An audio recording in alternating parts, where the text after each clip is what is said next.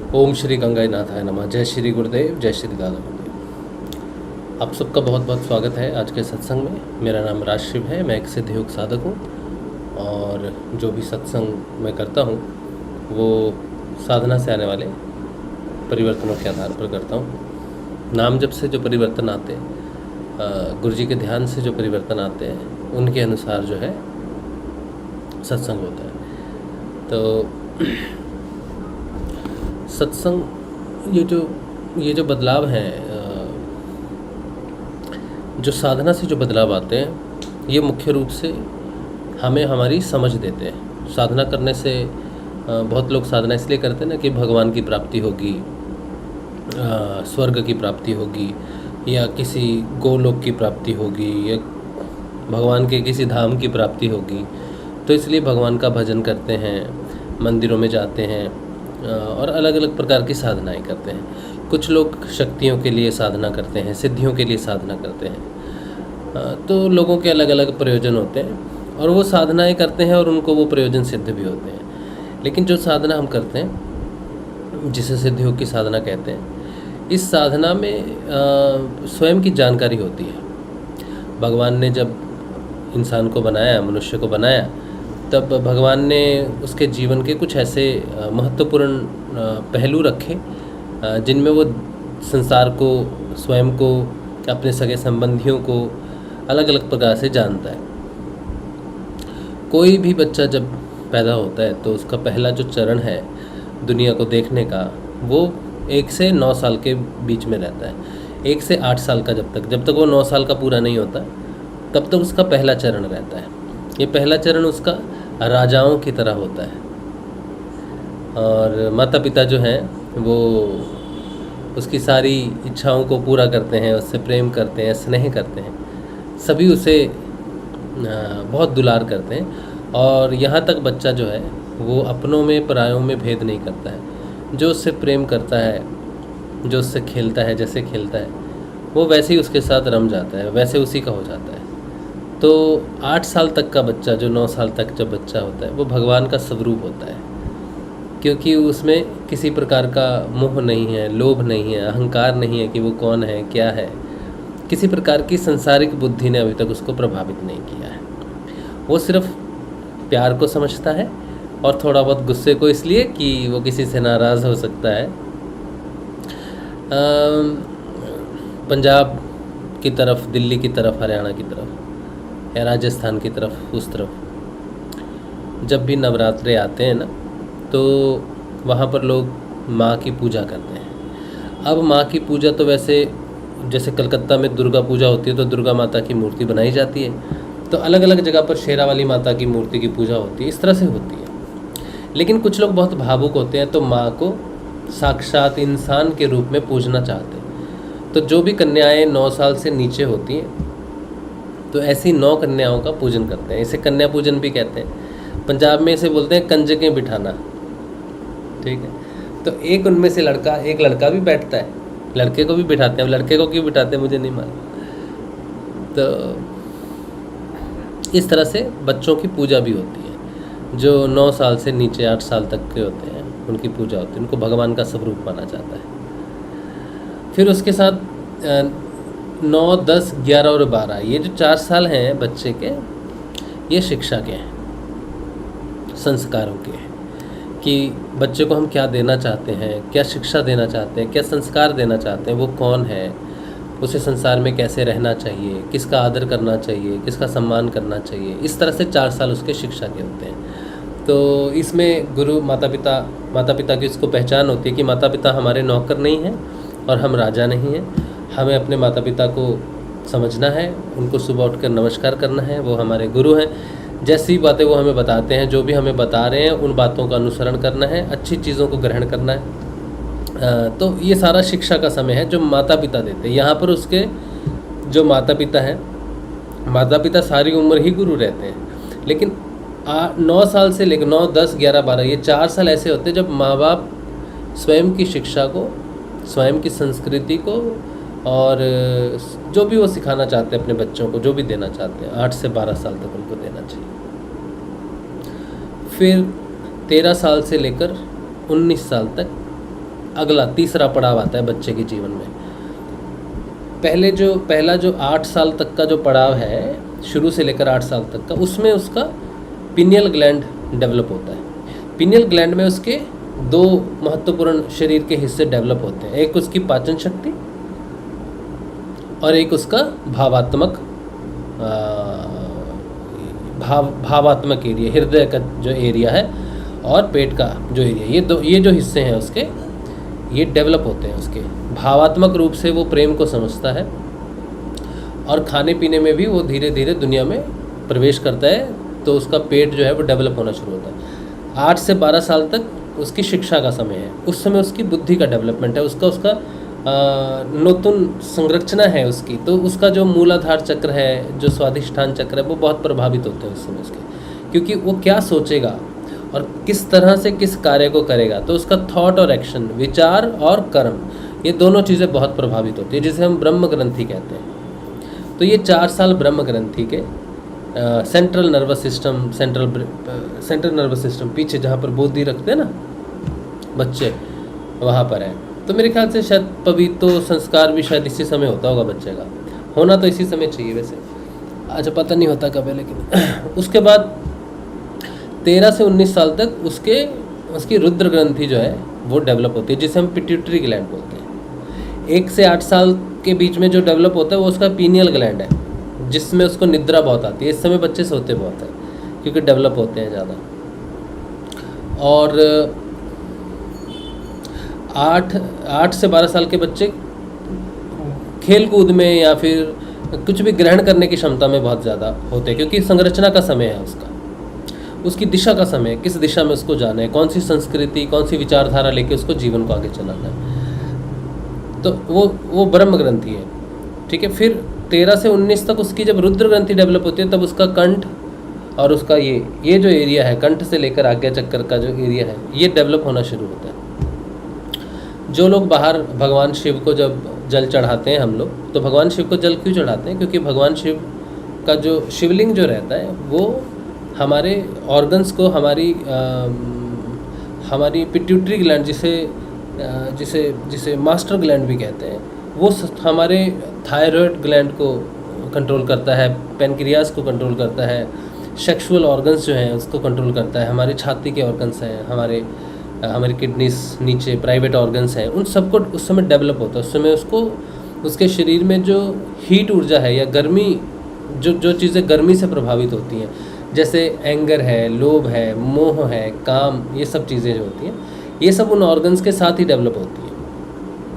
तो उसको ठंडा रखना है, उसको उस समय शांति रखनी है, क्योंकि वो हीट, जब नई हीट उसके आती है ना, तो उसके एंगर इश्यूज़ होते हैं। बच्चे 13 साल के बाद माँ बाप की बातें उनको अच्छी नहीं लगती, थोड़ा सा विरोधाभास होता है, क्योंकि दोस्त उस समय, मित्र उस समय जो होते हैं वो सेम आयु में होते हैं, तो वो भी वही कर रहे हैं जो वो करता है, तो उसको वही चीज़ें अच्छी लगती हैं कि मेरे को समझने वाला कोई है।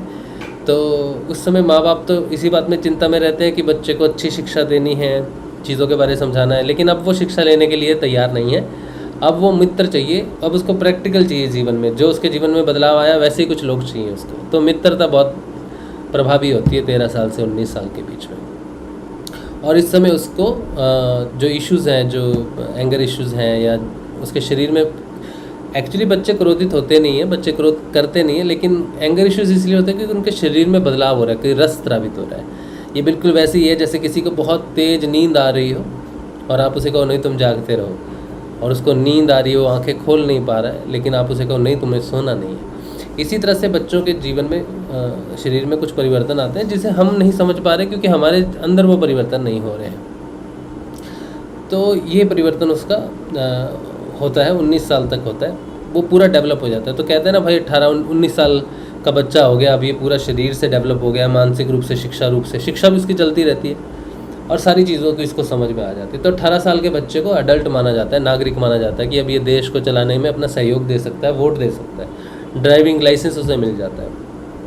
लड़कियों की तो 18 साल के बाद कहते हैं शादी की उम्र होती है, लेकिन ऐसा ठीक नहीं है। बच्चे को 21 साल 22 साल तक के बाद ही उनकी शादी होनी चाहिए, लेकिन फिर भी जो मान्यता है उनके अनुसार जो है 18 साल के बाद, 18-19 साल के बाद वो पूरे शरीर के रूप में वो डेवलप हो जाते हैं किसी भी शरीर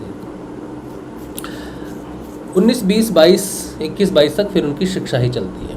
22 के बाद फिर वो संसार को देखते हैं और काम करना है उनको, धन अर्जित करना है और किस दिशा में उनको अपने जीवन को लेके जाना है, कैसे करना है, संसार में किस तरह इंटरेक्ट करना है, संसार को नई दिशा देनी है। तो वो संसार के उस समय लीडर्स होते हैं। 40 साल तक वो जम के काम करते हैं। 40 के बाद उनके जीवन में थोड़ा ठहराव आना शुरू होता है, क्योंकि शरीर 40 के बाद परिवर्तन होना शुरू हो जाता है और माता पिता के जो गुण वगैरह है वो उस समय ज़्यादा एग्रीवेट हो जाते हैं। 40 साल के बाद बच्चों का परिवर्तन उनके माँ बाप के जो डीएनएज होते हैं उसमें प्रभाव ज़्यादा होना शुरू हो जाता है। तो यहाँ से लेकर 50 साल के बीच में उसको जीवन में एक नई दिशा है, या तो वो इस दिशा को सकारात्मक रूप से लेके चले आगे, या फिर उसको संभाले, शिक्षा अच्छी दे, जो कुछ उसने सीखा वो आगे देने का समय है। 50 के बाद फिर उसकी अलग जीवन है। इस तरह से हमारी जो सनातन शिक्षा है उसमें भी हमें 4 वर्णों में बांटा जाता है। जैसे 25 साल तक एक वर्ण है, फिर 50 साल तक एक वर्ण है, फिर 51 लग जाता है ना। जैसे 50 के बाद हम कहते हैं ना 51, तो वन लग जाता है ना। वन का मतलब है कि अब वानप्रस्थ शुरू हो गया तुम्हारे जीवन में। फिर 75 से 100 के बीच में वो भक्ति, वो सब चीज़ें जो भी होती हैं, तो इस तरह से विभाजित किया गया है। अब मैं इस बात को, ये जो पूरी डिटेल बात है, मैं आप सब समझदार हैं, फिर भी समझदारों को थोड़ा बता रहा हूँ। क्यों बता रहा हूँ? इसका कारण ये है कि जब हम साधना करते हैं तो साधना करने से हमें ये चीज़ें समझ में आती हैं कि हम साधना क्यों कर रहे हैं। साधना भगवान को पाने के लिए की जाती है, मोक्ष को पाने के लिए की जाती है, स्वर्ग को पाने के लिए की जाती है, या फिर सिद्धियों को, शक्तियों को, किसी चीज़ के लिए की जाती है। उससे मुझे ज़्यादा तात्पर्य नहीं लगता है, उससे मैं ज़्यादा अपने आप को कनेक्ट नहीं करता हूँ कि मैं साधना इसलिए कर रहा हूँ। अब मैं देखता हूँ कि मैं साधना से जो साधना मैंने, क्योंकि मैंने बीमारियों से परेशान होकर, दुविधाओं से परेशान होकर भगवान की शरणागत होने के लिए मैंने साधना की थी। लेकिन साधना अब इतने आगे बढ़ने के बाद मैं ये रियलाइज़ कर रहा हूँ कि साधना मुख्य रूप से क्यों की जाती है। अब समझ में आ रहा है कि साधना क्यों की जाती है। साधना की जाती है स्वयं को समझने के लिए, स्वयं के शरीर को समझने के लिए, स्वयं के शरीर में आ रहे परिवर्तन को समझने के लिए, स्वयं के शरीर के साथ जुड़े हुए अन्य सूक्ष्म शरीर हैं जिसमें हमारी चेतना वास करती है। हम पूरा जीवन सिर्फ शरीर भाव से ही बिता देते हैं, लेकिन कभी भी प्राण भाव में या भावात्मक रूप से अपने जीवन को व्यतीत नहीं करते, जागृत होकर नहीं करते। ये मेरा परिवार है, ये मेरा मित्र है, ये मेरा सगा संबंधी, मित्र, दुश्मन जो भी है, उसी रूप में हम उसे गुजार देते हैं। लेकिन भाव को कभी भी हम जीते नहीं हैं, भाव को हम कभी भी स्पष्ट रूप से देखते नहीं हैं। भाव मुख्य रूप से बिल्कुल शुद्ध स्वरूप है, जल की तरह है भाव। जल में आप जो भी रंग मिला दो या जो भी चीनी मिला दो तो मीठा हो जाएगा, नमक मिला दो तो नमकीन हो जाएगा। लेकिन जब आपको बहुत प्यास लगती है, आपको प्यास बुझानी है, तो कोई आपको कहे भाई मीठा पानी पी लो, तो आपको बहुत अच्छा लगेगा, अरे मीठा पानी, हाँ। कोई कहेगा भाई तुम्हें बहुत प्यास लगी है, शिकंजमी पी लो, हाँ दे दो। भाई तुम्हें डिहाइड्रेशन हो गई है, तुम नमक चीनी का घोल पी लो, ठीक है, ये लस्सी पी लो, ऐसा पी लो। तो प्यास बुझाने के लिए तुम्हें तरह तरह के पेय पदार्थ मिलते हैं। अब सोचो कि जब तुम्हें बहुत प्यास लगी है तो तुम्हें कोई मीठा पानी, कोई अच्छी सी शिकंजमी या शरबत बना के दे तो तुम्हें को बहुत अच्छा लगता है। अब तुम्हें उसने शरबत पिलाया, अब तुम्हारा खाने का समय है, और वो कहे खाना वाना खा लिया, हाँ जी हाँ जी, ये लीजिए शरबत। आप कहेंगे शरबत, अभी तो खाना खाया है, पानी है। बोले शरबत तो अच्छी चीज़ है, देखो आपको दोपहर को प्यास लगी थी, आपने शरबत, पानी उस समय में आपको सादा सिंपल पानी देता तो आपको अच्छा लगता। उस समय आपको क्या अच्छा लगा? ये अच्छा लगा, है ना। जब बहुत प्यास लगती है तो आप इसी से प्यास बुझाओ, तो आप जैसे तैसे पी लोगे। अब सुबह उठे, पानी पीना है, तो बोला ये लीजिए शरबत। बोला यार फिर शरबत? बोला हाँ शरबत अच्छा लगता है आप। फिर दोपहर हुई तो शरबत, जब जब भूख लग रही, जब जब प्यास लग रही है, जब जब पानी की ज़रूरत है तो शरबत ही दिया जा रहा है। अब आप कहोगे भैया माफ़ कर दो, अब हम जीवन में शरबत कभी नहीं पी, अब हमको शरबत नहीं, आप हमको सादा पानी दीजिए, सिंपल पानी दीजिए, हम सादा पानी पीना चाहते हैं। तो ये जो अहमियत है सादे पानी की, ये हम पूरा जीवन बता देते हैं। तो हम कभी नमक वाला पानी पीते हैं, कभी मीठा पानी पीते हैं, कभी शिकंजमी, कभी शरबत, कभी लस्सी, कभी कुछ। ये जो अलग अलग प्रकार के पेय पदार्थ हैं ना, ये हमारे संबंध हैं। कोई हमारा बाप, कोई हमारी माँ, कोई हमारा भाई, कोई हमारा पति, कोई पत्नी, कोई बच्चे, कोई मित्र, कोई बंधु, संबंधी, दोस्त, कुछ भी हो सकता है। ये सब अलग अलग रंगों में अलग अलग टेस्ट हैं, लेकिन जो प्राण है जिसके कारण ये सब जुड़े हुए हैं, भाव के कारण, मूल रूप से जो भाव है वो जल की तरह सरल और सिंपल है, जिसमें कोई भी भाव नहीं है कि वो मेरा पिता है, वो मेरी माता है, वो मेरा मित्र है, वो मेरा शत्रु है, वो मेरा सगा संबंधी है, कुछ भी नहीं है। मूल रूप से भाव बहुत ही शुद्ध होता है और पूरा जीवन बिता देते हैं लोग। कोई 100 साल जीता है, कोई 110, कोई 120 जीता है, लेकिन कभी भी सरल साधारण ये जो जल है, शीतल जल है, इस प्राण के रूप में कभी इसका सेवन नहीं करता है। हमेशा मेरे अपने, मेरे दुश्मन, मेरे सगे, मेरे संबंधियों के रूप में ही इसको पीता है, या शिकंजमी पीता रहता है या शरबत पीता रहता है, लेकिन प्राण को उसके मूल स्वरूप में कभी भी ग्रहण नहीं करता। लेकिन जब वो साधना में आता है, तब वही जल जो है, जो मूल रूप से शुद्ध है, साफ है, जिसमें कोई टेस्ट मिला नहीं, कोई मिलावट नहीं है, न खट्टा, न मीठा, न कड़वा, न तीता, कुछ भी नहीं, वो बस जल है। जब ये भाव, जब ये जीवन में प्राण जब इस रूप में आ जाता है, प्राण शुद्ध हो जाता है, तब आप समझते हैं कि हम संसार में समभाव किसे कहते हैं। भगवान कहते हैं ना कि शिव भगवान है ना, श्रीमद् भागवत में आता है कि शिव का ना कोई मित्र है, ना कोई शत्रु है। तो मित्र शत्रु प्राण से बंधते हैं, प्राण के भाव से बनते हैं। इसका मतलब है शिव जो जल पीते हैं ना, वो सरल है बिल्कुल, उसमें किसी प्रकार की कोई मिश्रण नहीं है। तो साधना से हमारा जो प्राण है, जो मोह के कारण, जो बंधनों के कारण दूषित हो जाता है, जो चीनी, नमक, खट्टे, इस सब की वजह से दूषित हो जाता है, अपना मूल स्वरूप खो देता है। साधना से वही प्राण जो है वो शुद्ध होना शुरू हो जाता है। फिर संसार में कोई अपना, कोई पराया या कोई दुश्मन मित्र नहीं रहता, फिर सबसे प्रेम रहता है, एक ही जैसा प्रेम रहता है। जैसा कोई अपने परिवार से प्रेम करता है, वैसा ही बाहर वालों से भी प्रेम करता है, वैसे ही अपने पड़ोसियों के लिए, और वैसा ही बाहर कोई रहता हो सबके लिए प्रेम करता है। कोई जात का बैरियर नहीं रहता, कोई रंग का बैरियर नहीं रहता, किसी ऊंच या नीच का बैरियर नहीं रहता। सारे जो डिफरेंशियल भाव पैदा करने वाले जितने भी दूषित भावात्मक भाव को दूषित करने वाली चीज़ें हैं, वो सारी चीज़ क्लीन हो जाती है। व्यक्ति पूर्ण रूप से, प्राण रूप से शुद्ध हो जाता है, अपने प्राणों के बंधन से मुक्त हो जाता है। कोई बंधन जो है उसमें दूषित नहीं रहता। इसी तरह से जब वो सबके प्रति शुद्ध हो जाता है, उसका प्राण शुद्ध हो जाता है, तब जो प्राण है वो मन को प्रभावित करता है। ठीक है, प्राण जो है वो मन को वही शक्ति देता है जो प्राण के अंदर होती है। तो मन भी जो है वो भी शुद्ध होना शुरू हो जाता है, क्योंकि मन में इच्छाएं होती हैं किसी प्रकार की, या किसी प्रकार का मन में इस तरह की वासना रहती है कि मैं इसको ऐसे हासिल कर लूँ या वैसे हासिल कर लूँ, कुटिलता जिसे कहते हैं, या फिर किसी भी प्रकार की जो किसी चीज़ संसार में हम अपनी जीवन को जीने के लिए किसी से जुड़ते हैं, कभी किसी वजह से जुड़ते हैं, कभी किसी वजह से जुड़ते हैं, अपने प्रयोजनों को सिद्ध करने के लिए जुड़ सकते हैं, है ना। तो जुड़ने का मतलब है बंधन, प्राण जुड़ते हैं हमेशा प्राण से, लेकिन वो जो बंधन होता है ना, उसमें अपना कुछ भी होता नहीं है,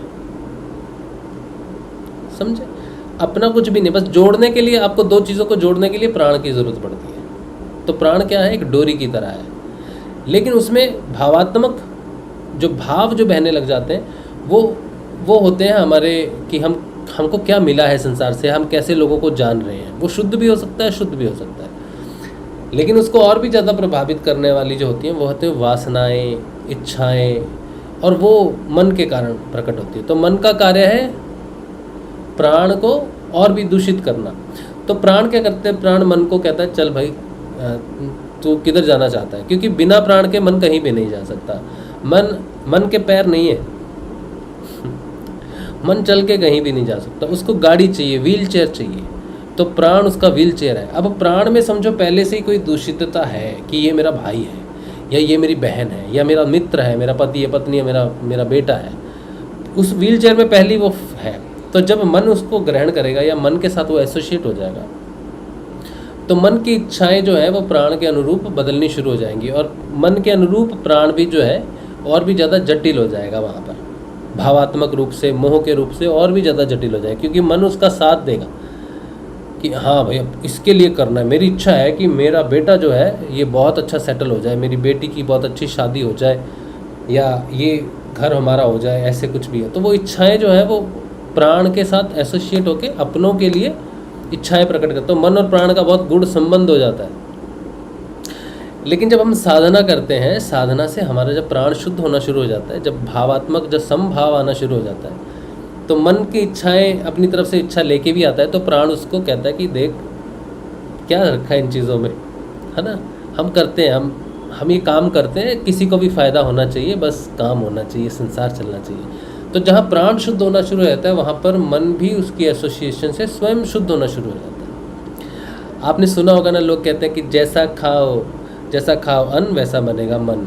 लेकिन अन्न तो हम पार्थिव शरीर में ग्रहण करते हैं, और जो मन है वो तो प्राण से ऊपर है, सूक्ष्म रूप से। मन भोजन ग्रहण नहीं करता, मन तो इच्छा प्रकट करता है कि मुझे ये खाना है, लेकिन वो स्थूल रूप से ग्रहण नहीं करता कि चावल लिए, दाल लिए, मछली ली, अंडा लिया, पनीर लिया, साग लिया, खीर लिया, दूध लिया, दही लिया, क्या लिया, ये वो इच्छा करता है। लेकिन वो उसको क्रूड फॉर्म में उसको नहीं लेता है, स्थूल रूप से उसको ग्रहण नहीं करता है। स्थूल रूप से ग्रहण करता है शरीर इंजन की तरह काम करता है, पचाता है। उसमें से जो भी ऊर्जा शरीर को प्राप्त होती है, सबसे पहले वो ऊर्जा शरीर को स्वयं, पहले शरीर अपने आप में ऊर्जा को खपत करता है। थोड़ी ऊर्जा बच जाती है, तो वही ऊर्जा से जो शरीर जब खपत करता है, तो वो खपत किसके माध्यम से करेगा? प्राण के माध्यम से। प्राण के माध्यम से ही शरीर को ऊर्जा मिलती है। शरीर पचाता जरूर है खाना, लेकिन शरीर जो ग्रहण करता है वो है स्थूल रूप से भोजन, और उसके अंदर से जो सूक्ष्म ऊर्जा जो निकलती है, जो वायु के कारण, रस के कारण, जो रक्त के कारण सब जगह बह जाती है, तो वो प्राण के माध्यम से शरीर को दे देता है। तो प्राण जो है वो शरीर को थोड़ी ऊर्जा देता है कि तू चल फिर सकेगा। अब बाकी जो ऊर्जा होती है वो भेज देता है, सूक्ष्म ऊर्जा वो भेज देता है मन को। तो मन देखता है कि मुझे क्या ऊर्जा मिली है, तो तभी कहते हैं कि भोजन शुद्ध होना चाहिए। किसी ने पूछा था एक बार कि मांसाहार करना क्या सही है? तो कहीं भी प्रश्न आए कि मांसाहार करना या मछली या जो भी कुछ है, कोई भी पूछे कि मांसाहार सही है कि नहीं है, शास्त्रों के मुताबिक क्या है, शास्त्रों में लिखा हो चाहे ना लिखा हो, मांसाहार हमेशा ही अनुपयुक्त है। मांसाहार कभी भी सही नहीं ठहराया जा सकता। लेकिन कोई ये कहे कि मांसाहार सही नहीं है, शास्त्र भी कभी, शास्त्र में कहीं भी अनुमति नहीं देते मांसाहार की। कोई शास्त्र जो अनुमति देता है नहीं देनी चाहिए, ठीक है, शास्त्र देते भी नहीं है। और वैसे भी मांसाहार गलत चीज़ है, किसी जीव को मारकर खाना गलत चीज़ है। लेकिन फिर भी लोग कहते हैं कि जब पता है कि गलत है तो क्यों नहीं छोड़ते? तो उसका कारण है, किसी को बोलने से कि तुम ये भोजन मत करो, वो भोजन मत करो, इससे होगा नहीं। उसकी बुद्धि जो है वो 4th लेवल पर है, 4थे लेवल पर है। लेकिन नीचे का लेवल शरीर का, फिर प्राण का, फिर मन का, इन तीनों की बहुत ज़्यादा, ये तीनों जो ऑपरेट, इन तीनों पर जो सत्ता है, जो सत्ता काम करती है, वो है माया। कोई भी व्यक्ति संसार में माया से शक्तिशाली नहीं हो सकता। लेकिन कुछ लोग माया के विरोध में जाके वो कार्य करते हैं जो माया कहती है कि ये चाहिए, वृत्ति के अनुसार तुम्हें ये खाना है। लेकिन जो व्यक्ति होते हैं वो माया के खिलाफ जो है वो ये कर देते हैं, क्या बोलते हैं इसको, हड़ताल कर देना, या फिर स्ट्राइक कर देना, या उनके विरोध में प्रदर्शन करना। तो माया के विरोध में हट ले लेते हैं कि मेरे अंदर जो भी प्रकट हो भाव खाने का, लेकिन मैं शुद्ध सात्विक भोजन ही खाऊंगा। इसे बोलते हैं हठ योग। जब माया के विरोध में हम कुछ भी कार्य करते हैं तो उसे हठ कहते हैं। तो लोग हठ योग में बहुत कुछ करते हैं, बहुत कुछ रोकते हैं, लेकिन मूल रूप से साधारण व्यक्ति के लिए माया बहुत प्रभावी रहती है, और हठ योगी के लिए भी रहती है। हठ योगी का जब तक हट है तभी तक है। जब उसके प्राण संकट में आ जाते हैं तो फिर उसे वो खाना पड़ता है जो उसको अवेलेबल होता है। इधर दो दो। छोड़ दो छोड़ दो।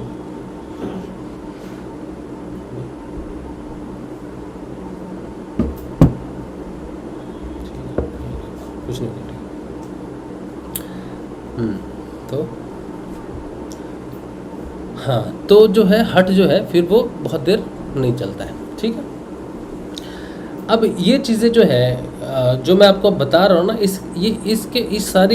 इन सारी एक्सप्लेनेशन के पीछे जो मेन जो बात है, जो मुझे समझ में आ रही है, वो ये कि जब हम साधना करते हैं ना, तब हमें हमारे शरीर का ज्ञान होता है, तब हमें हमारे प्राण का ज्ञान होता है शुद्ध स्वरूप में, तब हमें शुद्ध स्वरूप में अपने मन का ज्ञान होता है, तब शुद्ध स्वरूप में ये जब तीनों का ज्ञान हो जाता है तो तीनों सरेंडर कर देते हैं। जब ये सरेंडर कर देते हैं तब साम्राज्य स्थापित होता है बुद्धि का। जब तक शरीर प्रभावी रहता है, शरीर के अनुसार ही डिमांडें पूरी की जाती हैं, शरीर भोग और विलास में डूबा रहता है, उसके लिए सोना, निद्रा, वासना ये सब चाहिए, तो शरीर से प्रभावित होकर हम नीचे अधोगति करते हैं। शरीर में ही मटीरियलिस्टिक जीवन को ही जानते हैं, बाकी अपने अस्तित्व के बारे में कुछ भी जान नहीं पाते। कभी कभी संबंध बहुत हावी हो जाते हैं, तो संबंधों के कारण ही सारा जीवन चला जाता है। अपने परिवार के लिए खट खट के इंसान मर जाता है। कभी कभी मन बहुत प्रभावी होता है और मन की इच्छाओं को पूर्ण करने के लिए इंसान अपना पूरा जीवन जो है वो दांव पे लगा देता है। लेकिन जब इन तीनों को शुद्ध स्वरूप प्राप्त होता है, तब बुद्धि अपने मूल स्वरूप में हो जाती है। बुद्धि पर हमेशा मन का साम्राज्य रहता है, मन की इच्छाओं के अधीन रहती है बुद्धि। हालांकि बुद्धि की शक्ति, बुद्धि का साम्राज्य बहुत शुद्ध और ताकतवर साम्राज्य है उसका, लेकिन माया के कारण उसको दबा दिया जाता है।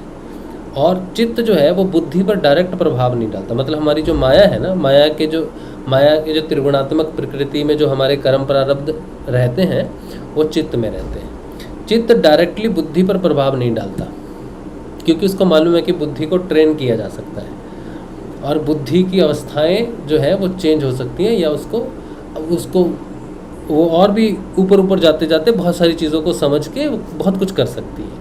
माया के अगेंस्ट जो है वो हल्ला बोल सकती है। तो माया डायरेक्ट बुद्धि पर ऑपरेट नहीं करती है। तो माया डायरेक्ट ऑपरेट किस पर करती है? मन पर। माया में जो कुछ भी है, मतलब हमारी जो त्रिगुणात्मक प्रकृति, गुण रूप में जो भी गुण हमारे चित्त में जमा होते हैं माया के, वो सीधे मन के द्वारा प्रकाशित होते हैं। तो मन को समझो किसी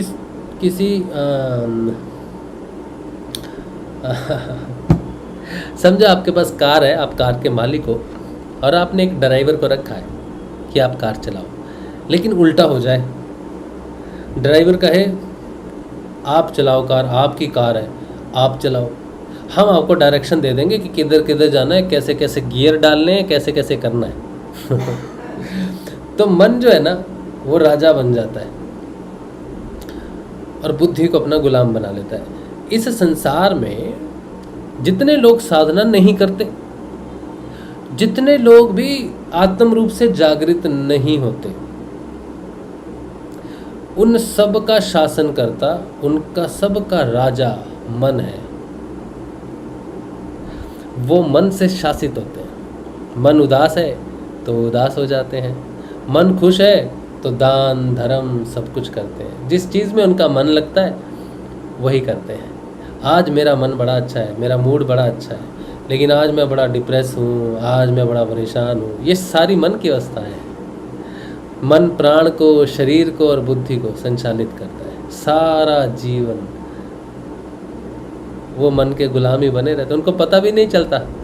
उन्हें ये लगता है कि हमने ये किया, हमने वो किया, लेकिन उन्हें मालूम नहीं है कि तुमने जो भी किया वो इच्छा के अधीन किया। तुम्हारी इच्छा हुई। तुम्हें कोई बचपन में पूछता है कि तुम क्या बनना चाहते हो, मैं डॉक्टर बनना चाहता हूँ, ये इच्छा है। इच्छा नहीं होने से, अब इच्छा होनी ज़रूरी भी है, ऐसा नहीं कि नहीं होनी चाहिए, लेकिन इच्छा जो है निष्काम भाव से होनी चाहिए। आप डॉक्टर क्यों बनना चाहते हैं? छोटे बच्चों को पूछोगे तो ये बोला मैं सेवा करनी है मुझको, लेकिन जब वो डॉक्टर बनने जाएगा कॉलेज में, जितनी वो फीस भरेगा, जो वो आसपास माहौल देखेगा, और जब वो डॉक्टर बन जाएगा तो हो सकता है वो बदल जाते हैं ना बहुत डॉक्टर। तो सारा जीवन, मेरा कहने का मतलब है कि हम मन के अधीन ही जीते। हमको समझ कभी मन का ज्ञान नहीं होता। कोई साधारण व्यक्ति को पूछो कि आप कौन हो। तो वो कहेगा जी हम ऐसे परिवार में पैदा हुए हैं, हमारा नाम ये है, हमारी जात ये है, हमारा देश ये है, हमने ये पढ़ाई की, हमने वैसा किया वैसा। तो वो अपने जीवन को डिफाइन करता है पूरा। लेकिन अगर उससे पूछो कि तुम कौन हो, तुम मन के बारे में कुछ जानते हो, स्वयं के मन के बारे में जानते हो, तो वो नहीं जानता होगा, मन को नहीं जानता होगा। उसको पूछो प्राण के बारे में जानते हो, प्राण क्या चीज़ है, नहीं जानता होगा। शरीर को वो इसलिए जानता है क्योंकि शरीर को वो देख सकता है। लेकिन उससे पूछो कि आपको कोई बीमारी है शरीर में, क्या आप उसे खुद ठीक कर सकते हो? बोलो नहीं, डॉक्टर के पास जाना पड़ेगा, भोजन बदलना पड़ेगा, है ना। लेकिन हम जानते नहीं कि वो क्यों हुआ, कैसे हुआ। हम डॉक्टर नहीं है बोलते ना, तो वो अपने शरीर को जानते नहीं है मुख्य रूप से। बाहर से जो आईने में दिखता है वही जानते हैं। पेट गुड़गुड़ हुआ, सिर में दर्द हुआ, इतना पता है, लेकिन क्यों हुआ नहीं मालूम, उसको कैसे ठीक करना नहीं मालूम। तो शरीर का भी ज्ञान नहीं है मनुष्य को। प्राण का तो बहुत दूर की बात है, मन का तो उससे भी दूर की बात है। और बुद्धि तो ट्रेन कर दी जाती है ना बचपन से ही कि तुम कौन हो, तो मन उसको ट्रेन कर देता है। मन ट्रेन करता है बुद्धि को मुख्य रूप से, ठीक है। जब हम साधना करते हैं ना, तब ये तीनों जो है, शरीर, प्राण और मन, ये तीनों खाली हो जाते हैं पूर्ण रूप से।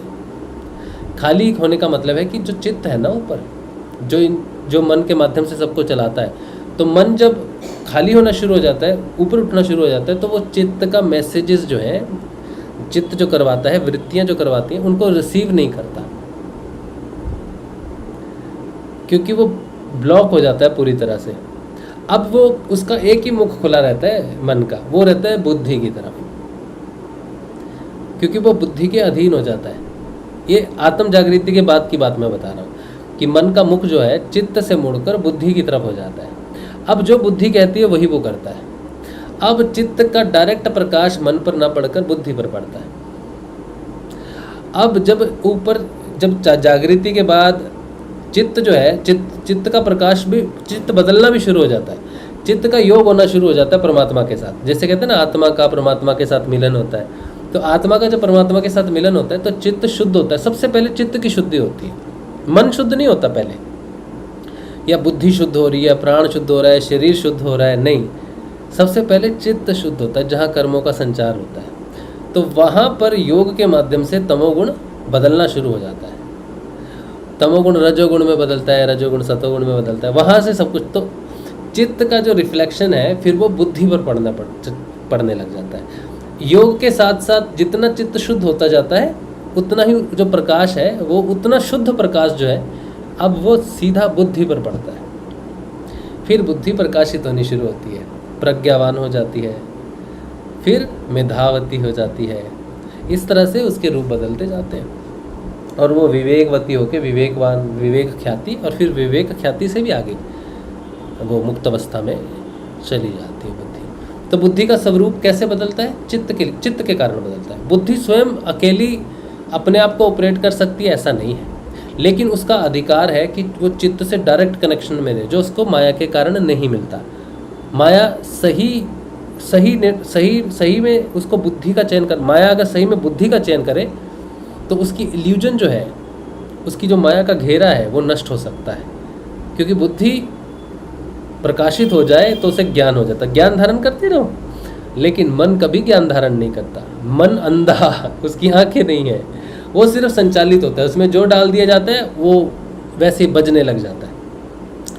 आप ये गिलास देख रहे हो, तो अभी देखो इसकी आवाज़ जो है ना, देखो जहाँ ये खाली है अलग बज रहा है, और जहाँ इसमें थोड़ा पानी अलग बज रहा है ना।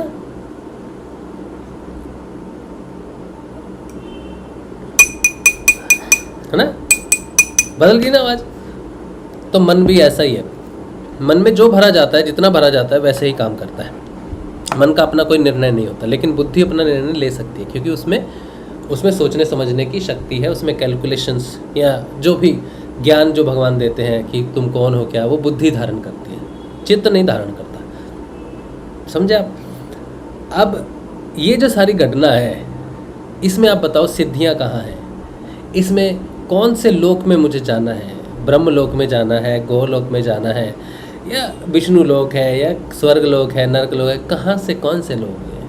साधना से मुझे जो जानकारी मिली, मैंने बताया आपको कि ये लोग लोगों की जानकारी तो नहीं दे रहा, मैं आपको क्या बता रहा हूँ कि साधना से जो परिवर्तन आता है, जो साधना से, जो सच्ची साधना, जो मूल रूप से जो साधना, सच्ची साधना करते हैं, उनको स्वयं का ज्ञान होता है। और हम स्वयं जो है 7 आवरणों से बने हुए हैं।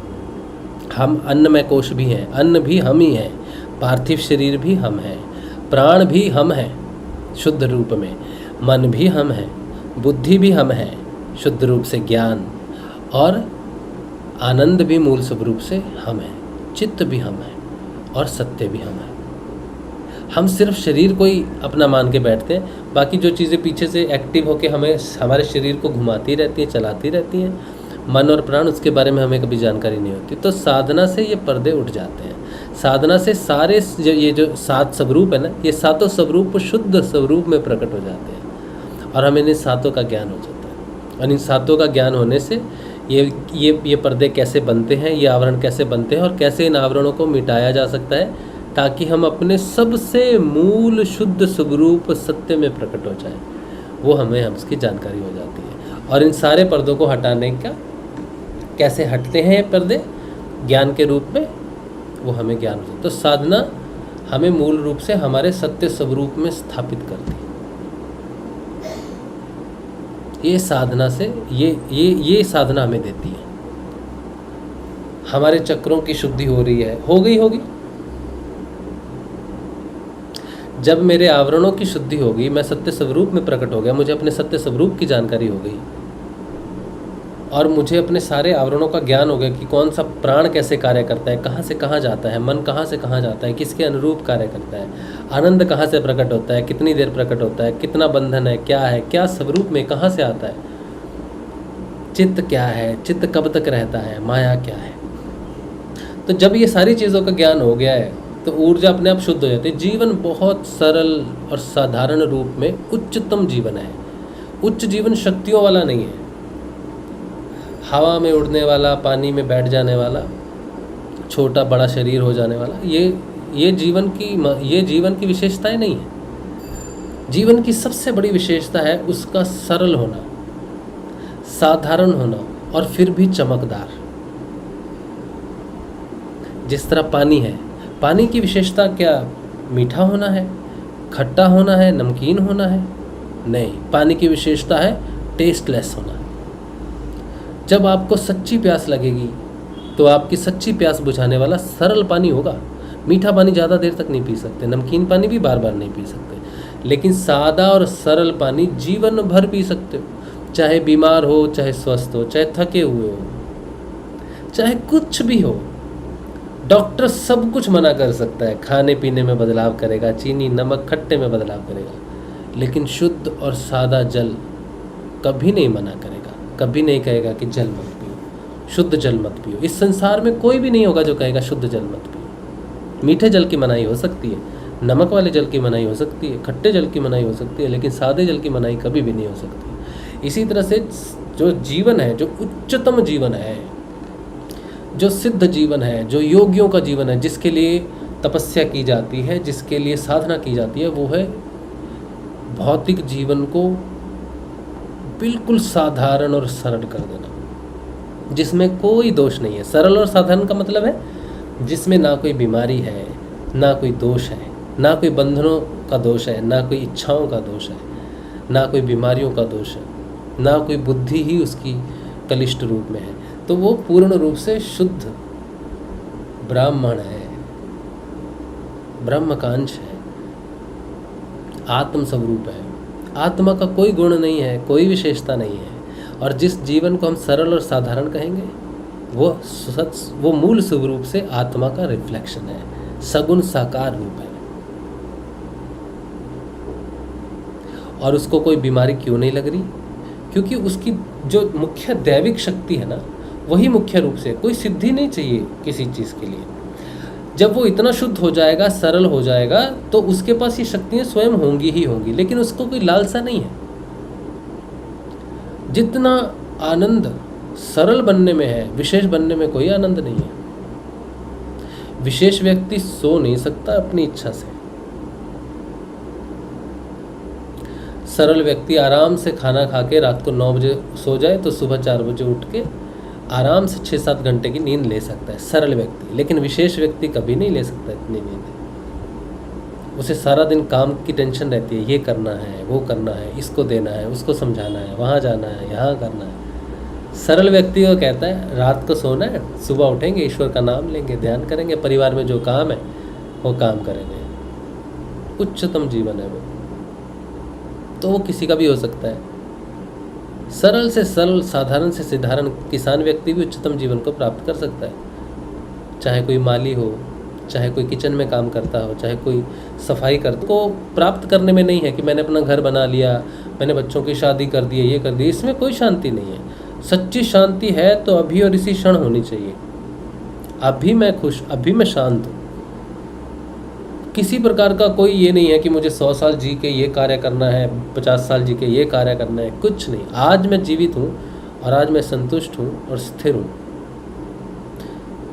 जो भी काम आप कर रहे हो उसके लिए नौकरी करते हैं, आप एक प्रयोजन के लिए कार्य करना चाहिए कि हम हाँ काम करेंगे तो हमारा घर चलेगा, ये है ऐसे। लेकिन इच्छाओं के अधीन नहीं होता, मुसीबत नहीं मोलता,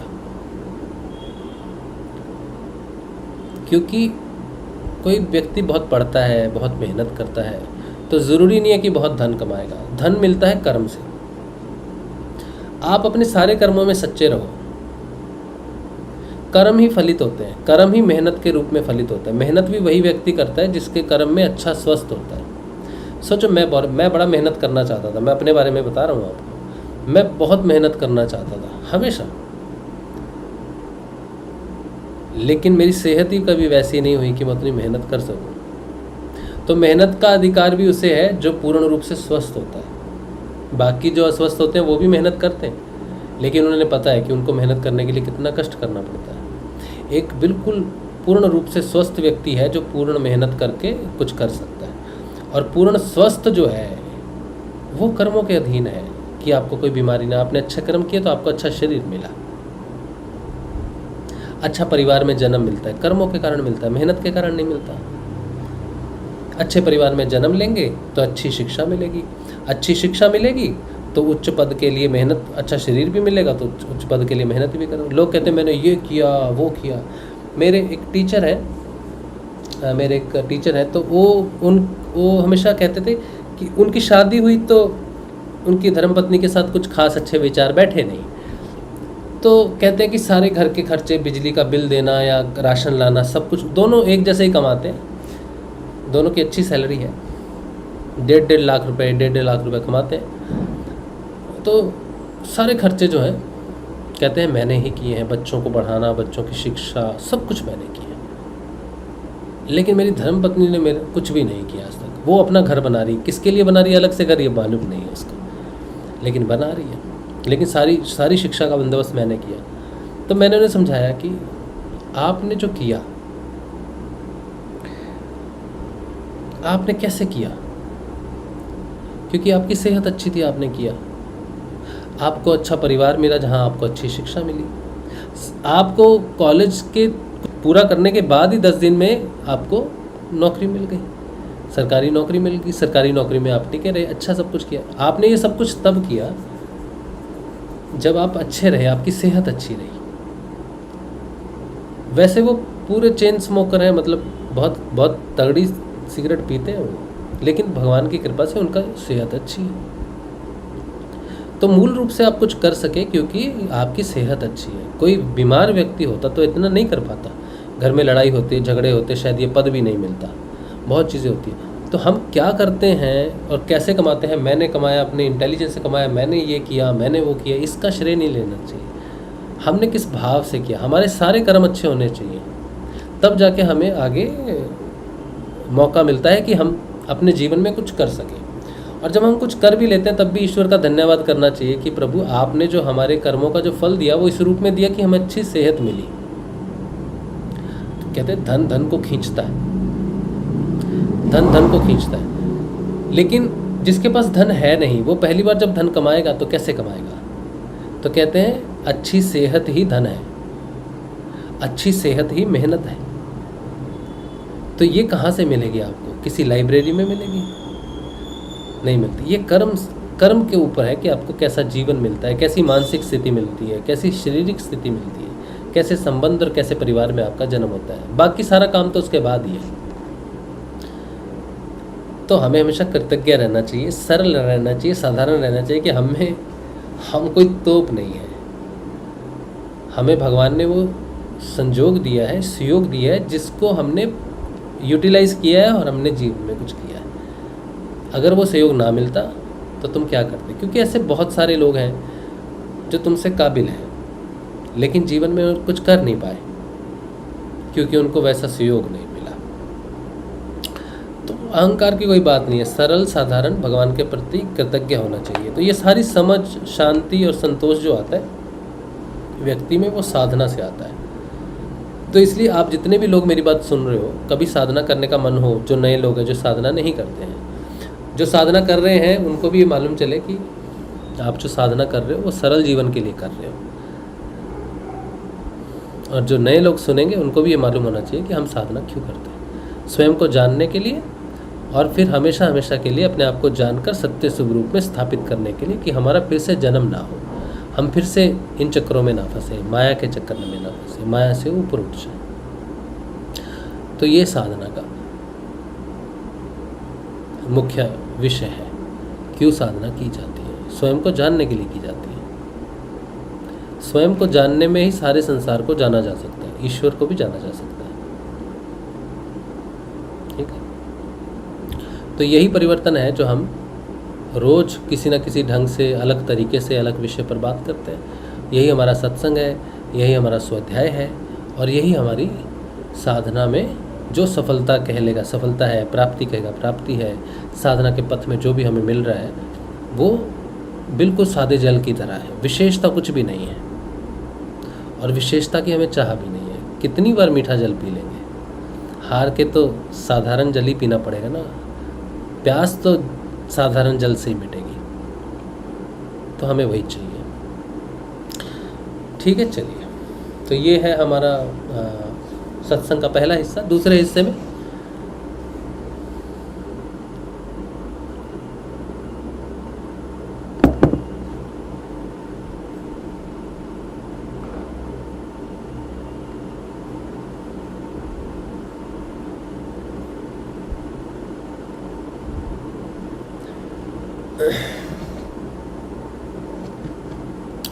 सिग्नल थोड़ा सा वीक लग रहा है मुझे, इसीलिए मैं थोड़ा सा चुप हो गया हूँ। तो दूसरे हिस्से में हम क्या करेंगे? पढ़ेंगे, श्रीमद् भागवत का अध्ययन करेंगे। श्रीमद् भागवत का अध्ययन कोई कथा कहानी के लिए नहीं करता, सिर्फ स्वयं को और भी अच्छे तरीके से जानने के लिए करते हैं। स्वाध्ययन का हिस्सा है। कुछ लोग हमें डांटते हैं इस बात से कि तुम ये क्यों कर रहे हो, गुरुदेव ने तो नहीं किया। गुरुदेव को इसकी आज्ञा नहीं थी उनके गुरु की तरफ से, लेकिन हमें आज्ञा है कि हम अपने प्रचार को समझें और हम अपना अध्ययन करें और लोगों के सामने जाएं। जब हम लोगों के सामने अपना प्रचार लेके आएंगे तो लोग हमसे पूछेंगे कि तुम्हारा जो परिवर्तन है ये वेदों में कहाँ लिखा है, तुम्हारा जो परिवर्तन है गीता में कहाँ लिखा है, तुम्हारा जो परिवर्तन है श्रीमद् भागवत में कहाँ लिखा है, तुम्हारा परिवर्तन कुरान में कहाँ लिखा है, तुम्हारा परिवर्तन बाइबल में कहाँ लिखा है, या बुद्ध के अनुसार तुम्हारा परिवर्तन कैसे आ रहा है। तो आप जब स्वयं को समझेंगे तो आपको जो लिखे हुए वेद हैं, ग्रंथ हैं, बहुत तरह तरह के लोग हैं, सभी तुम्हारी तरह बुद्धिमान और समझदार नहीं होते हैं। कोई किसी चीज़ को फॉलो करता है, कोई किसी चीज़ को फॉलो करता है, कोई किसी रिलीजन का है, कोई किसी रिलीजन का है। जब तुम अपने परिवर्तनों को संसार में लेके जाते हो तो तुम्हें थोड़ा सा शब्द का ज्ञान होना भी चाहिए। तो ये ज्ञान के लिए भी है, स्वाध्याय के लिए भी, अपने परिवर्तन को समझने के लिए कि हमारा परिवर्तन सही दिशा में भी जा रहा है कि नहीं जा रहा है। तो गुरुजी ने भी एक बार कहा था कि जब तुम्हारे में जो परिवर्तन आएगा ना, तो वो पतंजलि अष्टांग योग के आधार पर आएगा। तो आप जिस दिन पतंजलि अष्टांग योग पढ़ने लगोगे तो हम आपको क्या कहेंगे कि आप ये क्या कर रहे हो, ध्यान और नाम जप के सिवाय अध्ययन क्यों कर रहे हो, क्यों पढ़ रहे हो पतंजलि अष्टांग योग, क्यों पढ़ रहे हो गीता, क्यों पढ़ रहे हो मद्भागवत गीता। आप अपने परिवर्तन को समझोगे कैसे? किसी व्यक्ति से पूछोगे और वो व्यक्ति आपको सही बताएगा कि आपका परिवर्तन सही दिशा में है? नहीं बताएगा। आपको बताने वाला कौन है? आपको बताने वाले संत, ऋषि, वेद, ये ब्रह्मत्रयी, वेदांत, भगवत गीता, गीता, अष्टांग योग, अष्टवक्र गीता, ये सारी चीज़ें आपको बताएंगी कि आपके अंदर क्या परिवर्तन आ रहा है। तो आपको पढ़नी पड़ेंगी ये चीज़ें, इसमें कोई दोष नहीं है। और मैं पढ़ रहा हूँ, मेरे साथ 4 लोग सुन भी रहे हैं, तो इसमें क्या दोष है? कोई दोष नहीं है। सभी लोग नहीं पढ़ पाते खुद, तो वो सुन लेते हैं। कानों में हेडफोन लगाओ, लेटे लेटे सुनो, चलते चलते सुनो, बस में बैठे हो, कार में बैठे हो, लगा के सुनो। मैं तो पढ़ रहा हूँ, आप आराम से सुनो। तो इसमें कोई पढ़ने में, सुनने में, बोलने में दोष नहीं है। ठीक है, हमने नाम जपा है, हमने ध्यान में प्रवेश किया है, हम चल रहे हैं अपनी साधना पर। हमने साधना छोड़ के थोड़ी ये काम शुरू किया है, हमारी साधना का हिस्सा है। ठीक है, चलिए, तो इससे पहले कि हम अध्ययन शुरू करें, प्रश्न जो होंगे वो लेंगे। और आप जितने भी लोग देख रहे हो ना, आपके प्रश्नों में अब थोड़ा बदलाव आना चाहिए। प्रश्न ऐसे हो जो साधक को शोभा दें,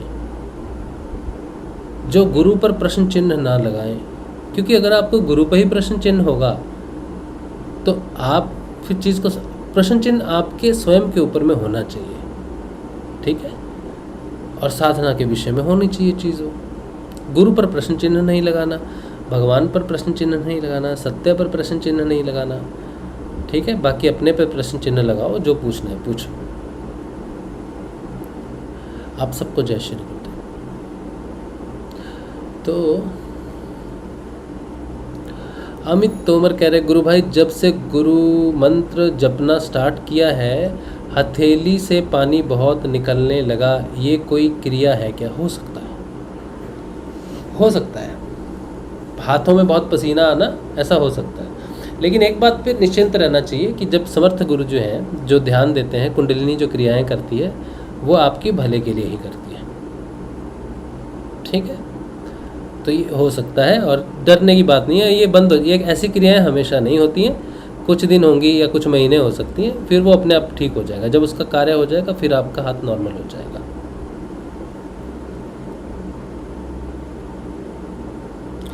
रान सिंह कह रहे, मेरे बच्चे को गुस्सा बहुत ही ज़्यादा आता है, परेशान हो गया है, क्या करें? हाँ, तो आप उसको समझने की कोशिश कर सकते हो। मैंने आपको बता ही दिया है कि 13 साल से 12 साल के बाद 19 साल तक आप सिर्फ उनको समझ सकते हो, समझा नहीं सकते। तो आप उनको समझने की कोशिश करो, समझाओ मत। उनको समझ के उनके अनुसार उनको सही दिशा में लेके जाओ बुद्धि से। कैसे कर सकते हो वो तो हम नहीं जानते, क्योंकि अब हमारे पास कोई बच्चा बैठा है, जब पढ़ने आता है, 2 माता पिता मुझसे मिलने आए थे, मैंने उनको बताया यही बात कि अपने बच्चे के साथ आप मित्रता का संबंध रखो, चिल्लाओ मत और उन पर हुक्म मत चलाओ। उनका हुक्म आपको मानना नहीं पड़ेगा, आप कुछ किया नहीं जा सकता। क्या एक बार मानव जीवन मिलने के बाद वापस चेतना अधोगति में नहीं जाती या जा सकती है? हाँ, जा सकती है, क्यों नहीं जा सकती? मानव जीवन मिलने से उद्धार नहीं होता है, सतोगुणी जीवन जीने से भी उद्धार नहीं होता है। उद्धार होता है भगवान के नाम जप से, आत्म रूप से चेतन होने से, और अपने आप को जन्म और मरण के बंधन से मुक्त करने का मनुष्य जीवन एक रास्ता है। लेकिन अगर आप मनुष्य जीवन में आए और भोग विलासों में ही रह गए, तो फिर आपको वही योनि प्राप्त होगी जिसमें आपका इंटरेस्ट है। भोग में इंटरेस्ट है तो भोग में। कभी कुत्तों को लड़ते हुए देखा है सड़क पर? कुत्तों में यह व्यवहार कहाँ से आया होगा? क्रोध। सिंह भी क्रोध करता है, शेर भी क्रोध करता है। ठीक है, तो हर व्यक्ति के क्या कर्म है, किस लिए वो जीवन जीता है, किस प्रयोजन से जीवन जीता है, उसके लिए बहुत सारी योनियाँ हैं, और वो उसी योनि में जाएगा जिस योनि में उसको मनुष्य जीवन में इंटरेस्ट रहा होगा। मन उसी शरीर को ग्रहण करना चाहता है जहाँ वो उस चीज़ को भोग सके। मन को फर्क नहीं पड़ता कि वो कुत्ते की योनि में है, बिल्ली की योनि में है, मच्छर की योनि में है, मनुष्य की योनि में है, उसे भोगना है तो भोगेगा।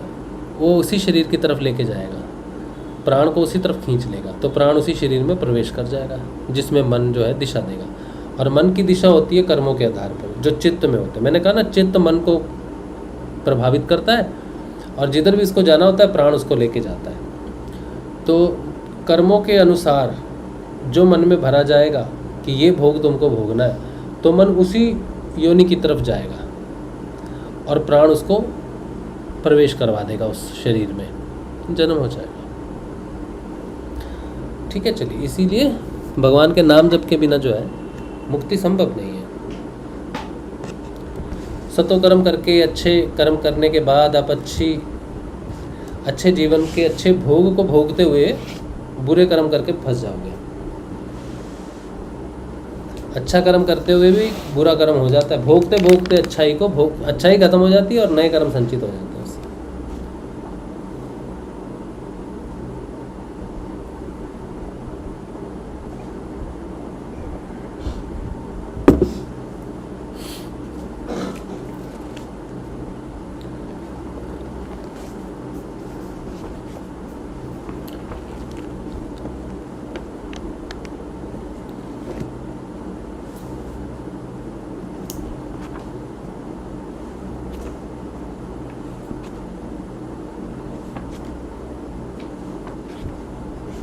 हाँ जी, तो हम पढ़ रहे हैं चतुर्थ स्कंद श्रीमद् भागवत शुक सुधा सागर।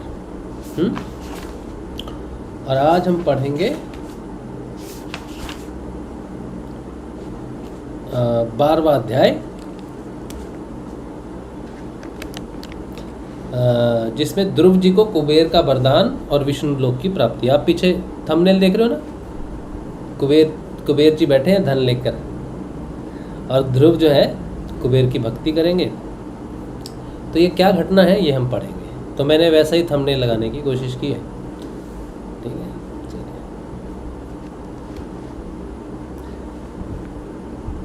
कुछ लोग सिर्फ थंबनेल सोच के ये सोचते हैं कि राशि पता नहीं कौन सा धन या कुबेर की साधना बता रहा होगा। वो आते नहीं है सत्संग में, सुनते नहीं है ठीक से। संजीव शर्मा कह रहे क्या हमारा दोबारा जन्म नहीं होगा? संभावना है कि आपका दूसरा जन्म ना हो, अगर आप आत्म रूप से चेतन होकर अपने सत्य स्वरूप में स्थापित हो जाते हो तो दूसरा जन्म नहीं होगा। आत्म रूप में चेतन हो जाते हो लेकिन अपने सत्य स्वरूप तक नहीं पहुंचते, निर्बीज नहीं होते, तो आपको एक जन्म और लेना पड़ेगा। ठीक है, जब तक आप जीते जी निर्बीज नहीं होते तब तक आपका जन्म जरूर होगा। चलिए, 12वां अध्याय, ध्रुव जी कुबेर का वरदान और विष्णु लोक की प्राप्ति। श्री मैत्रेय जी कहते हैं विदुर जी, ध्रुव का क्रोध शांत हो गया है और वे यक्षों के वध से निवृत्त हो गए हैं। यह जानकर भगवान कुबेर वहां आए। उस समय यक्ष, चारण और किन्नर लोग उनकी स्तुति कर रहे थे। उन्हें देखते ही ध्रुव जी हाथ जोड़कर खड़े हो गए। तब कुबेर ने कहा, श्री कुबेर जी बोले, शुद्ध हृदय क्षत्रिय कुमार, तुमने अपने दादा के उपदेश से ऐसा दुस्तेज वैर त्याग दिया है, इससे मैं तुम पर बहुत प्रसन्न हूँ। वास्तव में न तुमने यक्षों को मारा है और न यक्षों ने तुम्हारे भाई को। समस्त जीवों की उत्पत्ति और विनाश का कारण तो एकमात्र काल ही है। आहा, क्या उत्तम ज्ञान है यह। मैं, तू आदि मिथ्या बुद्धि तो जीव को अज्ञानवश स्वप्न के समान शरीर आदि को ही आत्मा मानने से उत्पन्न होती है। जो आज हमने सत्संग किया, मूल रूप से देखो वही बात है कि मनुष्य शरीर को ही मैं मान के, आत्मा मान के बैठा रहता है। इसी कारण अज्ञानता होती है मैं और तू की। इसी से मनुष्य को बंधन एवं दुख आदि विपरीत अवस्थाओं की प्राप्ति होती है। ध्रुव, अब तुम जाओ, भगवान तुम्हारा मंगल करें। तुम संसार पाश से मुक्त होने के लिए सब जीवों में समदृष्टि रखकर सर्वभूतात्मा भगवान श्री हरि का भजन करो। वे संसार पाश का छेदन करने वाले हैं तथा संसार की उत्पत्ति आदि के लिए अपनी त्रिगुणात्मिका माया शक्ति से युक्त होकर भी वास्तव में उससे रहित है। उनके चरण कमल ही सबके लिए भजन करने योग्य हैं। प्रियवर, हमने सुना है तुम सर्वदा भगवान कमल नाभ के चरण कमलों के समीप रहने वाले हो, इसलिए तुम अवश्य ही वर पाने योग्य हो। ध्रुव, तुम्हें जिस वर की इच्छा हो मुझसे निसंकोच एवं निशंक होकर मांग लो। श्री मैत्रेय जी कहते हैं, विदुर जी, यक्ष राज कुबेर ने जब इस प्रकार वर मांगने के लिए आग्रह किया, तब महाभागवत महामती ध्रुव जी ने उनसे यही मांगा कि मुझे श्रीहरि की अखंड स्मृति बनी रहे, जिससे मनुष्य सहज ही दुस्तर संसार सागर को पार कर जाता है। इड़विड़ा के पुत्र कुबेर जी ने बड़े प्रसन्न मन से उन्हें भगवत स्मृति वरदान की। फिर उनके देखते ही देखते वे अंतर्धान हो गए। इसके पश्चात ध्रुव जी भी अपनी राजधानी को लौट आए। वहां रहते हुए उन्होंने बड़ी बड़ी दक्षिणा वाले यज्ञों से भगवान यज्ञ पुरुष की आराधना की। भगवान ही द्रव्य, क्रिया और देवता संबंधी समस्त कर्म और उसके फल हैं तथा वे ही कर्म फल के दाता भी हैं। सर्वोपाधि शून्य सर्वात्मा श्री अच्युत में प्रबल वेग युक्त भक्ति भाव रखते हुए ध्रुव जी अपने में और समस्त प्राणियों में सर्वव्यापक श्रीहरि को ही विराजमान देखने लगे। ध्रुव जी बड़े ही शील संपन्न ब्राह्मण भक्त दीन वत्सल और धर्म मर्यादा के रक्षक थे। उनकी प्रजा उन्हें साक्षात पिता के समान मानती थी। इस प्रकार तरह तरह के ऐश्वर्य भोग से पुण्य का और भोगों के त्याग पूर्वक यज्ञ आदि कर्मों के अनुष्ठान से पाप का क्षय करते हुए उन्होंने 36,000 वर्ष तक पृथ्वी का शासन किया।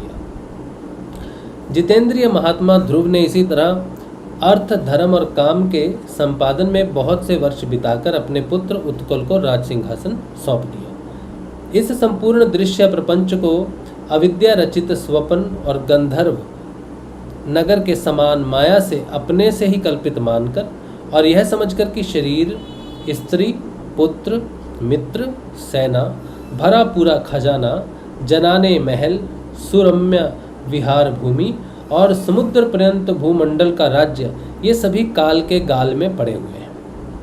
वे बद्रिका आश्रम को चले गए। वहां उन्होंने पवित्र जल में स्नान कर इंद्रियों को विशुद्ध शांत किया। फिर स्थिर आसन से बैठकर प्राणायाम द्वारा वायु को वश में किया। तदंतर मन के द्वारा इंद्रियों को बाह्य विषयों से हटाकर मन को भगवान के स्थूल विराट स्वरूप में स्थिर कर दिया। उसी विराट स्वरूप का चिंतन करते करते वे अंत में ध्याता और ध्येय के भेद से शून्य निर्विकल्प समाधि में लीन हो गए और उस अवस्था में विराट स्वरूप का भी परित्याग कर दिया। इस प्रकार भगवान श्री हरि के प्रति निरंतर भक्ति भाव का प्रवाह चलते रहने से उनके नेत्रों में बार बार आनंद अश्रुओं की बाढ़ सी आ जाती थी। इससे उनका हृदय द्रवीभूत हो गया और शरीर में रोमांच हो आया। फिर देहाभिमान गलित हो जाने से उन्हें मैं ध्रुव हूँ इसकी स्मृति भी ना रही। इसी समय ध्रुव जी ने आकाश से एक बड़ा ही सुंदर विमान उतरते देखा। वह अपने प्रकाश से 10 दिशाओं को आलोकित कर रहा था, मानो पूर्णिमा का चंद्र ही उदय हुआ। उसमें 2 श्रेष्ठ पार्षद गदाओं का सहारा लिए खड़े थे। उनके 4 भुजाएं थी, सुंदर श्याम शरीर था, किशोर अवस्था थी और अरुण कमल के समान नेत्र थे। वे सुंदर वस्त्र, करीट, हार, भुजबंद और अति मनोहर कुंडल धारण किए हुए थे। उन्हें पुण्य श्लोक श्रीहरि के सेवक जान ध्रुव जी हड़बड़ाहट में पूजा आदि का क्रम भूलकर सहसा खड़े हो गए और ये भगवान के पार्षद में प्रधान है ऐसा समझकर उन्होंने श्री मधुसूदन के नामों का कीर्तन करते हुए उन्हें हाथ जोड़कर प्रणाम किया। ध्रुव जी का मन भगवान के चरण कमलों में तल्लीन हो गया और वे हाथ जोड़कर बड़ी नम्रता से सिर नीचे किए खड़े रहे। तब श्री हरि के प्रिय पार्षद सुनंद और नंद ने उनके पास जाकर मुस्कुराते हुए कहा। सुनंद और नंद कहने लगे, राजन आपका कल्याण हो, आप सावधान होकर हमारी बात सुनिए।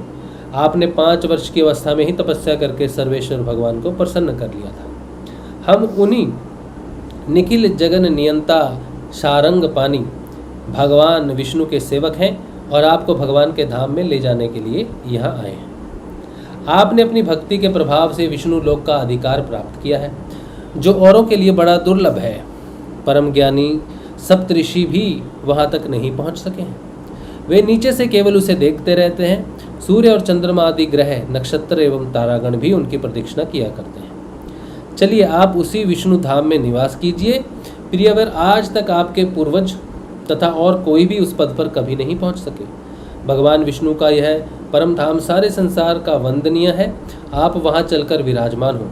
आयुष्मान यह श्रेष्ठ विमान पुण्य श्लोक शिखामणि श्री हरि ने आपके लिए ही भेजा है। आप इस पर चढ़ने योग्य हैं। श्री मैत्रेय जी कहते हैं, भगवान के प्रमुख पार्षदों के ये अमृतमय वचन सुनकर परम भागवत ध्रुव जी ने स्नान किया। फिर संध्या वंदन आदि नित्यक्रम से निवृत्त हो मांगलिक अलंकार आदि धारण किए।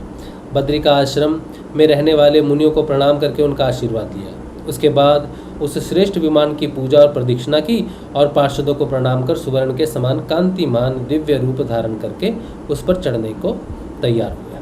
इतने में ही ध्रुव जी ने देखा कि काल मूर्तिमान होकर उनके सामने खड़ा है।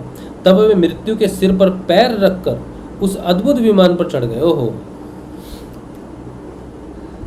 ओह क्या घटना है। क्या कह रहे हैं? तब वे मृत्यु के सिर पर पैर रखकर इतने में ही ध्रुव जी ने देखा कि काल मूर्तिमान होकर सामने खड़ा है।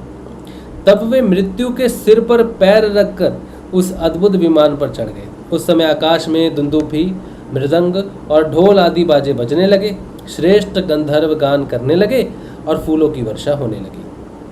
विमान पर बैठकर ध्रुव जी ज्यों ही भगवान के धाम को जाने के लिए तैयार हुए, त्यों ही उन्हें अपनी माता सुनीति का स्मरण हो आया। वे सोचने लगे, क्या मैं बेचारी माता को छोड़कर अकेला ही दुर्लभ वैकुंठ धाम को जाऊंगा? नंद और सुनंद ने ध्रुव के हृदय की बात जानकर उन्हें दिखलाया कि देवी सुनीति आगे आगे दूसरे विमान पर जा रही हैं।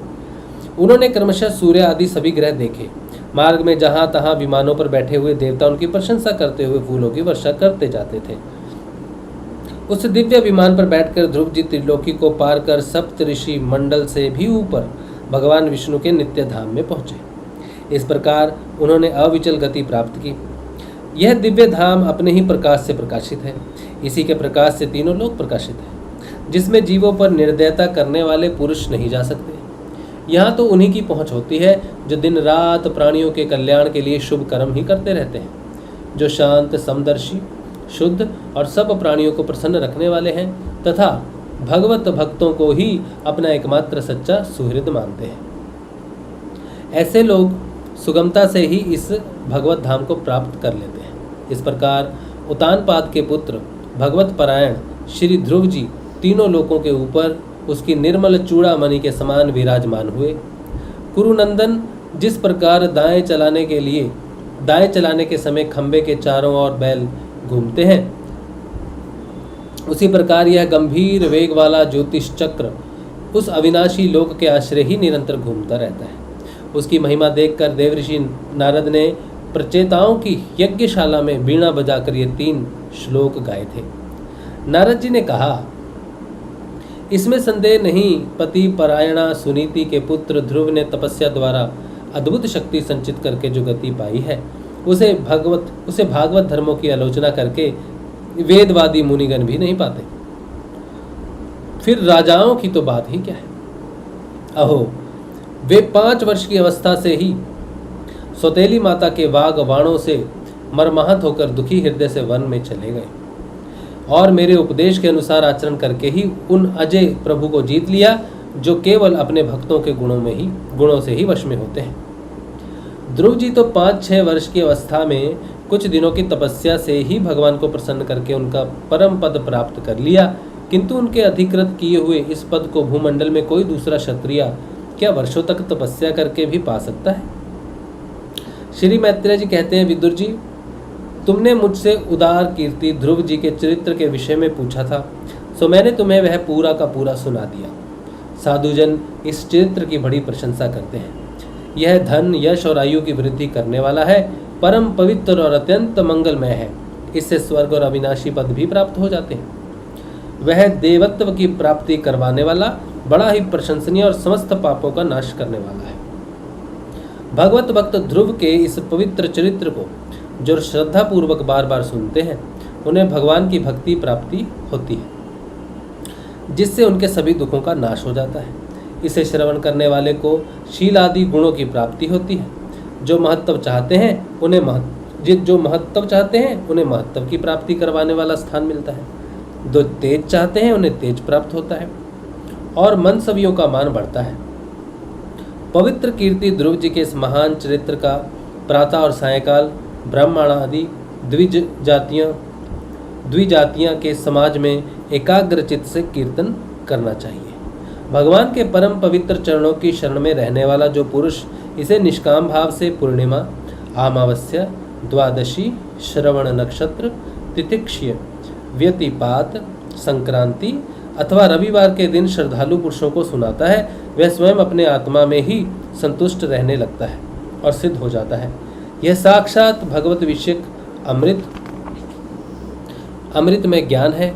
जो लोग भगवान मार्ग में मर्म से अनभिज्ञ हैं, उन्हें जो कोई इसे प्रदान करता है उस दीन वत्सल कृपालु पुरुष पर देवता अनुग्रह करते हैं। ध्रुव जी के कर्म सर्वत्र प्रसिद्ध और परम पवित्र हैं।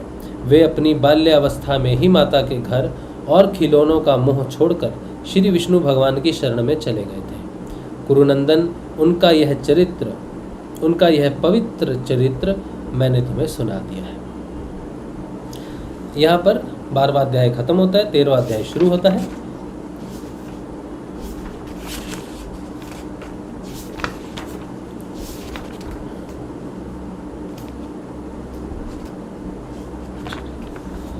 अच्छा, इसके बाद 13वां अध्याय शुरू होगा, उसमें आएगा ध्रुव वंश का वर्णन, राजा अंग का चरित्र। राजा अंग का चरित्र उसके बाद आएगा, वो हम कल पढ़ेंगे, ठीक है।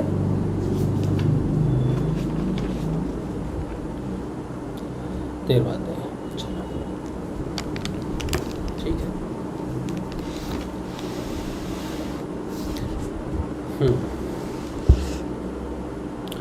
प्रश्न है 2, वो हम ले लेते हैं। कैलाश शिंदे, कुंडलिनी जागृत होने के क्या लक्षण हैं? मैंने गुरुदेव की दीक्षा ली है। मैं एक सिद्ध के पास गया था, तो मुझे प्राणायाम होने लगा। ऐसा होता है कि ये तो कुंडलिनी के ही लक्षण है कि आपको स्वयं क्रिया होने लग जाए कोई, तो वो कुंडलिनी का ही लक्षण है। और किसी सिद्ध के पास जाना या किसी ऐसे व्यक्ति के पास जाना जो नाम जप रहा हो या जिसके अंदर भगवान श्री हरि की भक्ति हो, आप उसके करीब जाएंगे तो आप में वो जो आपके अंदर जो नाम चल रहा है वो संयोगवश प्रभावित होकर वो क्रिया हो सकती है आपको। तो ऐसा होता है, आप किसी जागृत मंदिर में भी जाओगे और उस समय आरती हो रही होगी, भगवान को भोग लग रहा होगा, आरती हो रही होगी, कीर्तन हो रहा होगा। कहीं भी जहाँ भगवान जागृत है वहाँ कीर्तन होगा, भगवान के नाम जप का कीर्तन हो रहा होगा। जहाँ जप की महिमा चल रही होगी, जहाँ बिना रुके कीर्तन भजन नाम जप होता है, ऐसे स्थानों पर आप जाओगे, ऐसे व्यक्तियों से आप मिलोगे जिनके अंदर सब समय तेल की धार की तरह भगवान का नाम चल रहा है, वहाँ आपको क्रियाएं होने लगेंगी। ये कुंडलिनी जागृत होने का ही प्रभाव है, ठीक है। संजीव शर्मा कह रहे हैं, पास्ट लाइफ रिग्रेशन करने से हमें अपने पिछले जन्म की गलती का कारण पता चल जाएगा कि हमारा दोबारा जन्म हुआ क्यों है, तो उसे सुधार लेंगे। क्या साधना करते ऐसा अनुभव हो सकता है कि हमारा दोबारा जन्म नहीं हो? पास्ट लाइफ रिग्रेशन सेशन, मैं पास्ट लाइफ रिग्रेशन सेशंस को सत्य नहीं मानता हूँ, क्योंकि वो मन तक सीमित है। अगर आपको अपने पुराने जन्म का रहस्य जानना है तो आपको आज्ञा चक्र की स्थिति पर पहुँचना अति अनिवार्य है, क्योंकि आज्ञा चक्र पर जाके ही आप पूर्ण माया को देख सकते हैं। अगर आप यहाँ से देखेंगे तो माया सारी नीचे दिखेगी, लेकिन मन के क्षेत्र से दिखेंगे तो माया नीचे नीचे ही दिखेगी, ऊपर के क्षेत्रों का ज्ञान नहीं होगा आपको। तो वो मन के क्षेत्र तक सीमित है और मन के क्षेत्र से आप सब कुछ नहीं जान सकते। मन का अपना माया का क्षेत्र है। और पास्ट लाइफ रिग्रेशन को एक मैं थेरेपी मानता हूँ, जिसे जो मानसिक थेरेपी है, साइकोलॉजिकल थेरेपी है, पैरासाइकोलॉजी से उसका संबंध नहीं है। पास्ट लाइफ अगर आपको जानना है तो पैरासाइकोलॉजी के सहारे जाना पड़ेगा।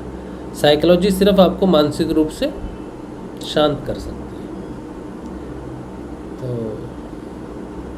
इससे ज़्यादा बेहतर होगा ज्योतिष के पास जाओ, ज्योतिष बता सकता है। वो कैसे बताएगा? वो एक विद्या है, साइंस है, और वो आप लेके आते हो अपने साथ। आपकी जो ग्रह कुंडली है ना, आपकी जो कुंडली है उसमें आपको संकेत मिल जाएंगे आपके पूर्व जन्म के। आप क्या लेके आए हो इस संसार में उसकी भी जानकारी मिल जाएगी। इस संसार में आप क्या भोग करोगे इसकी पूरी जानकारी आपको हस्तरेखा में और जन्म पत्रिका में मिल जाएगी। पंडित जी अच्छे होने चाहिए। लेकिन पास्ट लाइफ रिग्रेशन ये एक मानसिक थेरेपी है, इसमें सच्चाई नहीं है।